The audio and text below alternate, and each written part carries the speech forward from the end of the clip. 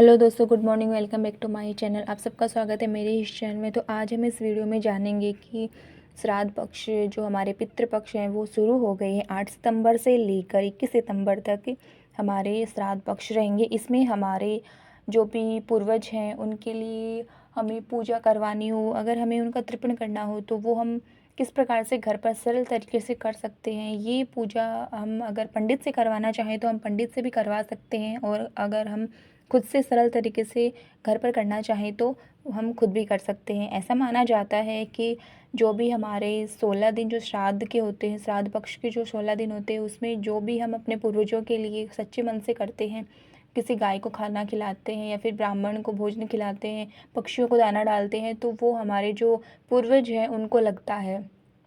उनके उनकी आत्मा की शांति के लिए हम कर सकते हैं, कोई भी पूजा कर सकते हैं।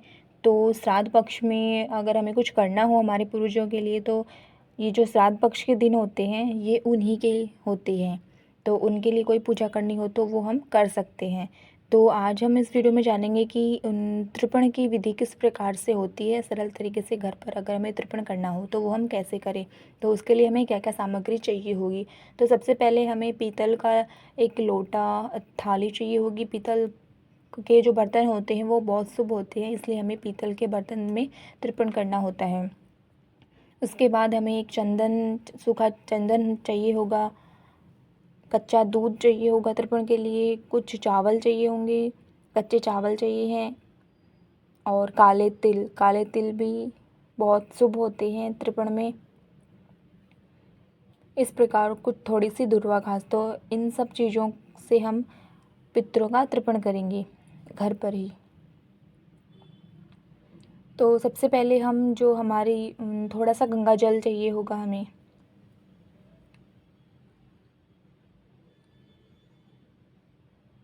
तो इस प्रकार हम दुर्वा घास को हटा लेंगे, और जो हमारे पीतल की जो थाली है हमारी, उसमें सबसे पहले जो हमने शुद्ध जल लिया था, एक लोटा जल लिया था, वो हम उसमें डाल लेंगे थाली के अंदर। उसके बाद उसके अंदर मिलाएंगे हम थोड़ा कच्चा दूध मिलाएंगे। इसको हम इस प्रकार से पूरी थाली में मिला लेंगे, इस कच्चे दूध को। दूध हमें कच्चा ही लेना है, उबला हुआ दूध हमें नहीं लेना है।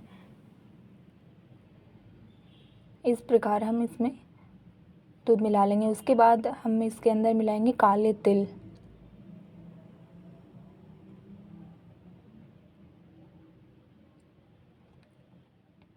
उसके बाद थोड़े से चावल मिलाएंगे इसके अंदर। दूध के अंदर चावल और तिल मिलाने हैं। फिर मिलाएंगे इसके अंदर गंगा जल, जिससे कि ये शुद्ध हो जाए।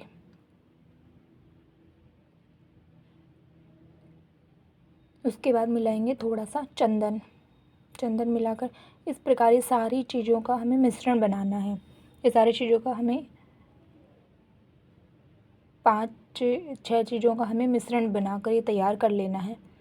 उसके बाद ये जो दुर्वा घास है इसको हमें पितृ रूप में रूप देना है। इस प्रकार से गोल बनाकर इसमें हमें हमारे पितरों का तर्पण करने के लिए इस स्तूप को ये आकार देकर, हमें गोल आकार देकर, बारी बारी से जितने भी हमारे पूर्वज हैं उन सबको हमें, जैसे कि हमारे दादाजी हैं तो हम हमारे दादाजी का, पूर्वजों का नाम लेंगे और उनको बोलेंगे कि वो हमारे ऊपर अपनी कृपा बनाए रखे, अपनी कृपा दृष्टि बनाए रखे। सभी पितरों का ऐसे बारी बारी से हम नाम लेते रहेंगे, और उनके नाम से हम ऐसे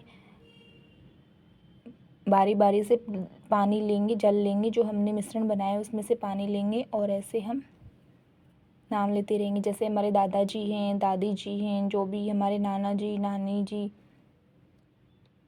जो हमारे पूर्वज हैं, उनका नाम लेकर हम इस प्रकार से उनका तर्पण करते रहेंगे और उनसे आशीर्वाद लेते रहेंगे।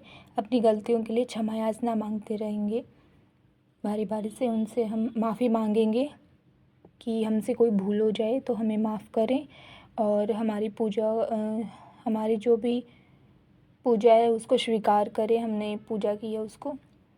इस प्रकार ये